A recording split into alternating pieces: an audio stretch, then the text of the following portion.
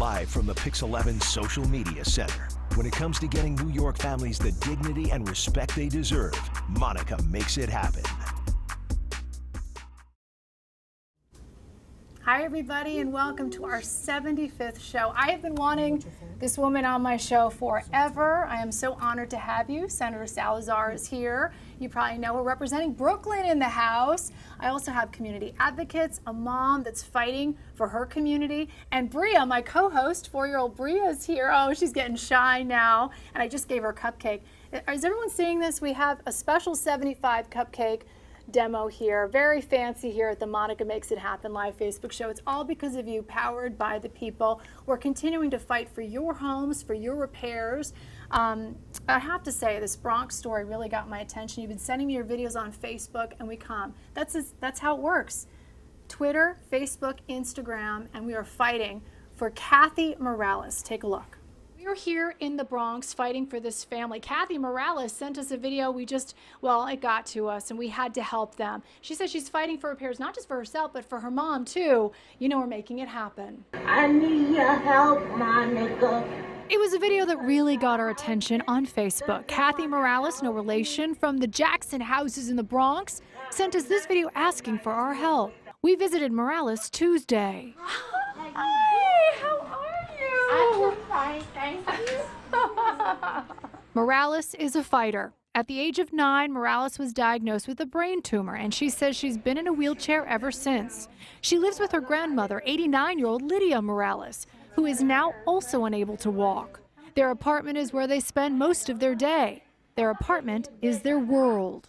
They don't want to do nothing, so I said I'm going to reach out to Monica, and maybe she could help. Morales shows us her bathroom. Look at the electrical socket over her sink and the wall next to her bathroom. She says what you're looking at is months of water damage. It's just terrible. They don't want to listen, these people.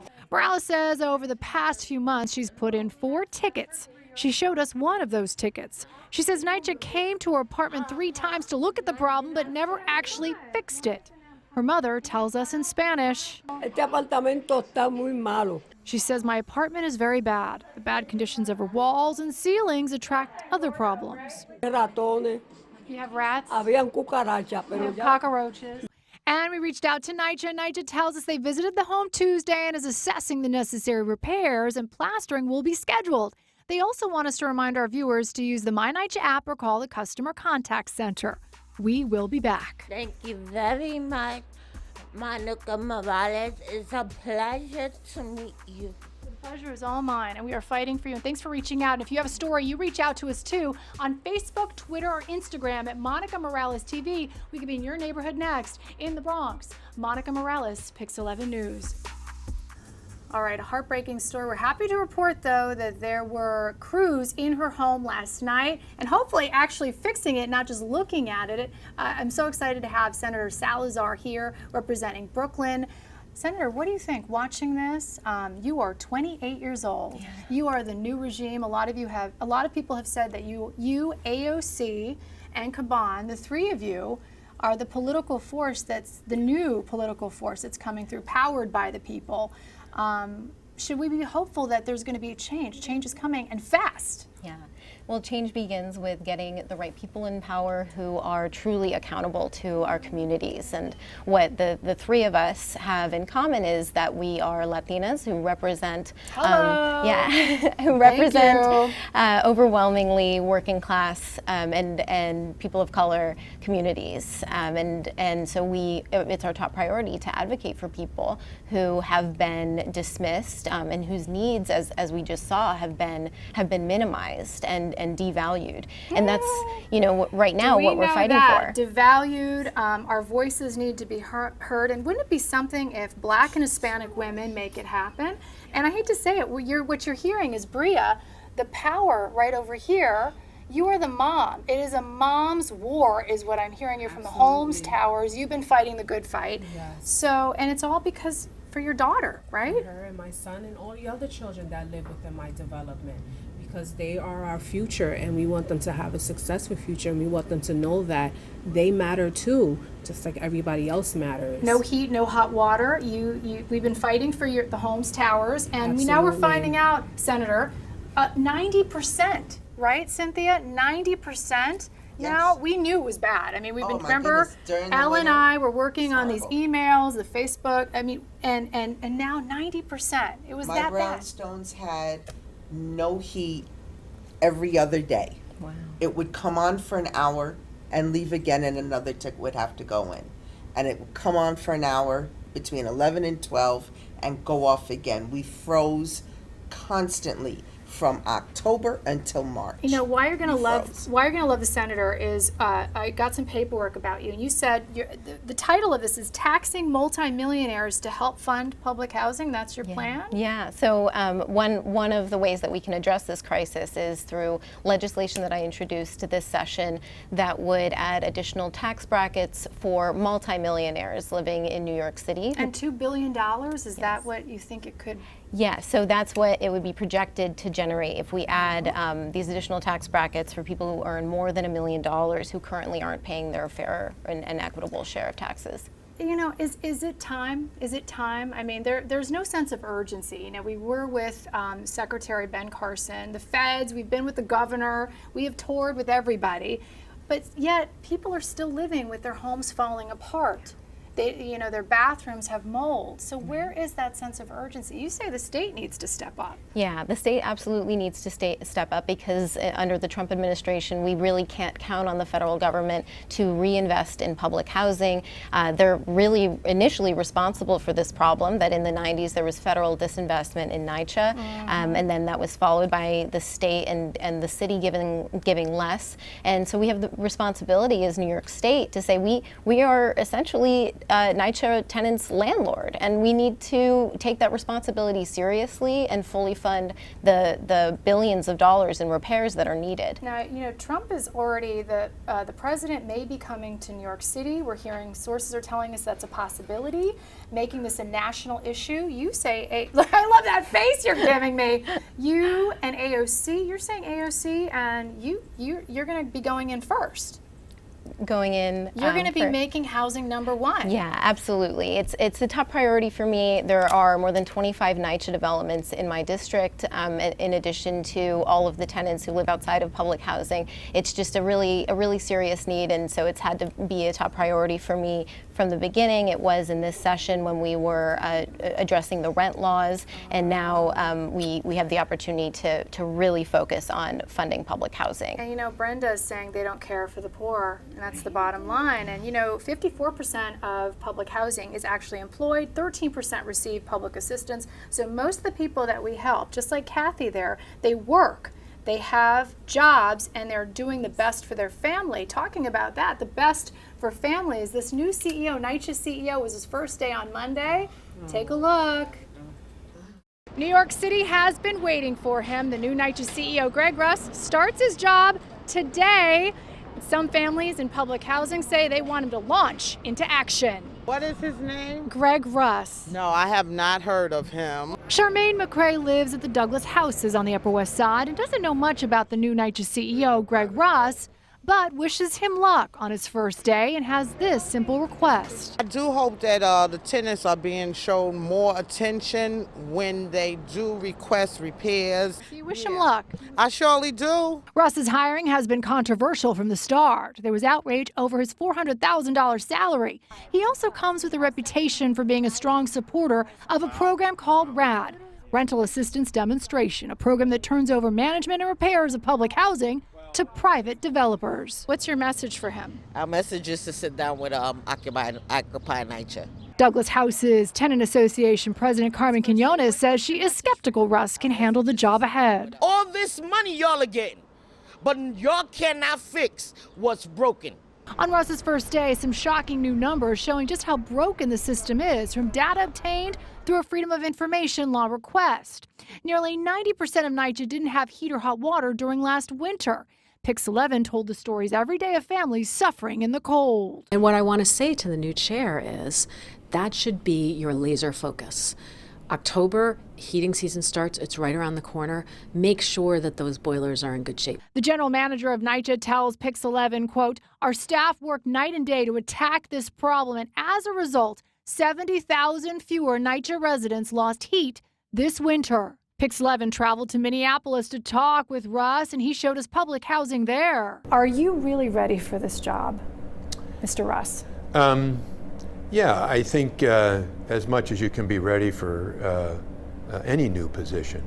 I've spent a lot of time and I've seen a lot of housing.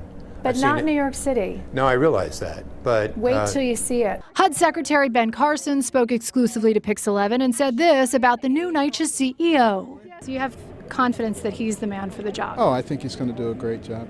On the Upper West Side, Monica Morales, Pix 11 News.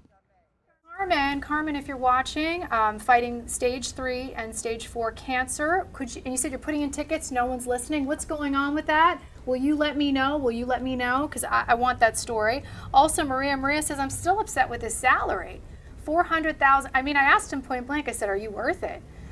Senator, what is going on here? He's getting paid more than President Trump. Yeah, it's a testament to how skewed priorities are, that we're paying such a high salary to someone who hasn't demonstrated yet, if we're being hopeful, yet that they're going to resolve the problems that tenants are facing, and meanwhile we're not making the investment that's absolutely necessary in order to improve the lives of NYCHA tenants. So well said, and you know, we are rooting for him. We wanted him on the show, we invited him to be here. Senator, thanks for being on our show.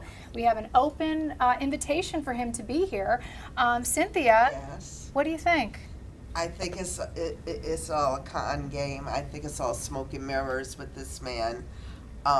He's the star of privatization, and they're going to wind up just dismantling Section 9 altogether. If this is anything that we've seen from Detroit, Minneapolis, Chicago. He's done this public-private partnership he's there. He's done them everywhere. Not to mention the fact that when New York City first started with the RAD program, they brought Baltimore. They bussed in Baltimore residents to convince us of how great RAD was. And now they don't do that anymore because Baltimore tenants are being forced out. Wow. Letitia, what do you think? I think that if Greg Russ had the tenants' best interest at heart, he would have questioned where the government found the money to make up his salary, but couldn't find the money to fund these deteriorating apartments and to find the funding to do the lead testing in these apartments that are affecting the children. That's my question to him. He's saying he's rolling up his sleeves. He's going to start work every day at 7 a.m. We were there on the second day, by the way, and he was off-site, so I haven't been able to talk to him since he's been in the House, since he's been in New York City, but he was at Queensbridge Houses yesterday. So do we give him a chance, Senator? What do you think? I think that we do have to, I guess, give him a chance to do his job. But even as he does, it's insufficient. We need to not look to privatization as a solution because it's a very precarious one. Did you just say no to private-public partnership? Yeah. Yes, absolutely. We can't see it as a solution to the problem, and we need to look at the source. That's the mayor's whole plan is the private-public part. You're saying keep public housing public? Absolutely. Whoa, wait a second. And who else is on board on that? All of us. I am. All of us. So the people, and now we have a key senator here, very powerful senator here, that says no to private-public partnership. It's more important that that NYCHA tenants are saying it, right? And because the people who are closest to the problem are closest to the solution. So as we're hearing NYCHA tenants express concerns about the RAD program, and about whether their rents are going to increase immediately or eventually, whether or not the management that is being brought in is actually going to address their needs. These are questions that we need to be answering, and the only way to do that is also to have transparency in the process, whether it's RAD conversions for developments or the federal monitor, the lead testing that's happening, and remediation. We need to be shining a light on this at the national level. Wow. I mean, that is wow. What's going to happen when they stop funding Section 8?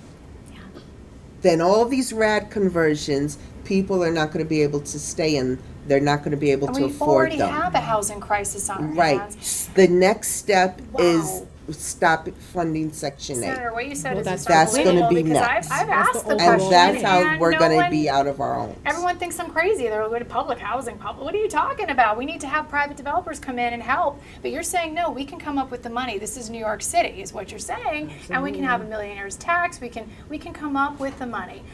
Just really quickly, Elle, before we go to our Ben Carson exclusive, I want to talk to you about Bushwick. We're going to the Bushwick houses, and I want to get your take on this. A grandmother of 5 needed a plumber for 9 months, and we just had this huge report that they're making so much money. Plumbers should have been a plumber.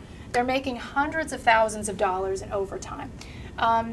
She's living like this, and then they come a month ago and they never finish the job, so they just leave her bathroom like that. So we're going to go out to see her. When you hear one of your constituents is living like that in public housing at the Bushwick houses, what's your reaction?